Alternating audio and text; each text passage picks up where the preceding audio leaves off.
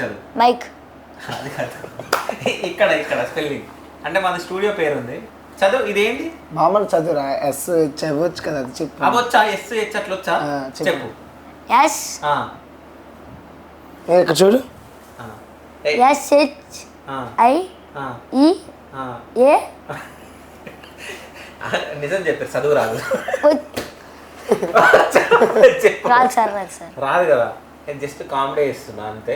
సరే, నిన్ను ఇప్పుడు ఇంటి దగ్గర ఎవరైనా నీకు చదువు నేర్పించారు అనుకో, నేర్చుకుంటావు? నేర్చుకుంటా.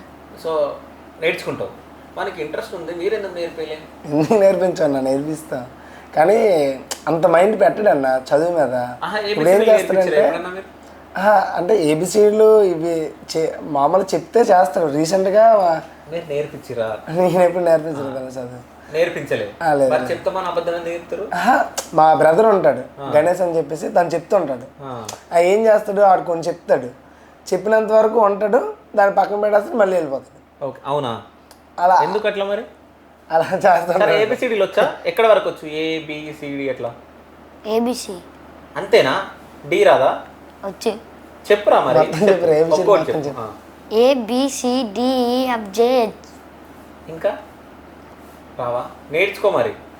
సో మళ్ళీ నేను ఎప్పుడన్నా వస్తా కదా, అప్పుడు వచ్చి మీ ఇంటి దగ్గరకు వచ్చి అడుగుతా, ఏబిసిడీలు మొత్తం చెప్పు అని చెప్పేసి. సరేనా? అప్పుడు చెప్పాలి. దాని తర్వాత యాపిల్, బాల్ ఇవన్నీ నేర్చుకో. అంటే నువ్వు ఇంటి దగ్గర ఉన్నా కానీ చదువు నేర్చుకోవాలి, ఓకేనా? లేదన్నా, రీసెంట్గా ప్లాన్ చేస్తున్నా. స్కూల్లో మాట్లాడి ప్రైవేట్ స్కూల్లో అందులో వేసి ఫస్ట్ నుంచి మొత్తం అన్ని ఇచ్చేద్దాం అని చెప్పేసి. ఓకే, ఎందుకంటే ఇప్పుడు నువ్వు సెలబ్రిటీ అయినావు అనుకో, ఇప్పుడు చాలా మంది గుర్తుపడుతున్నారు, నీతో ఫోటోలు దిగుతారు అంట కదా, అవునా? కాదా, నేర్చుకో. నువ్వు ఇప్పుడు నువ్వు సెలబ్రిటీ, అందరు ఫోటోలు దిగుతారు, నువ్వు సెలబ్రిటీ అవుతావు. ఎవరైనా వచ్చి నేను ఇంగ్లీష్లో మాట్లాడారు అనుకో, నీతో నువ్వు మాట్లాడాలి కదా, మరి మాట్లాడుకుంటే నీ పరుగు పోతుంది, అవునా? మరి నేర్చుకోవాలి కదా, ఏబిసిడీలు నేర్చుకో, దాని తర్వాత ఇంగ్లీష్ కొంచెం కొంచెం నేర్చుకో, సరేనా? నీకు లెక్కలు వచ్చా? లెక్కలు రావు, లెక్కలు కూడా నేర్చుకో. ఎందుకంటే రేపు పొద్దున నువ్వు సెలబ్రేట్ అయిపోయిన తర్వాత నీకు పైసలు వస్తాయి, లక్షలు లక్షలు వస్తాయి, అవి లెక్క పెట్టుకోవాలి కదా. నీకు లెక్క రాలేదనుకో, మీ బాబాయ్ సగం తీసుకుంటాడు, అర్థమవుతుందా?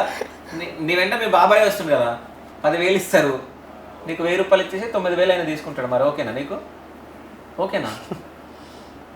వదిలేస్తావా? నీకు ఎంత ఆస్తి ఉంది? మాకులే. అంటే ఎంత ఉండొచ్చు ఆస్తి?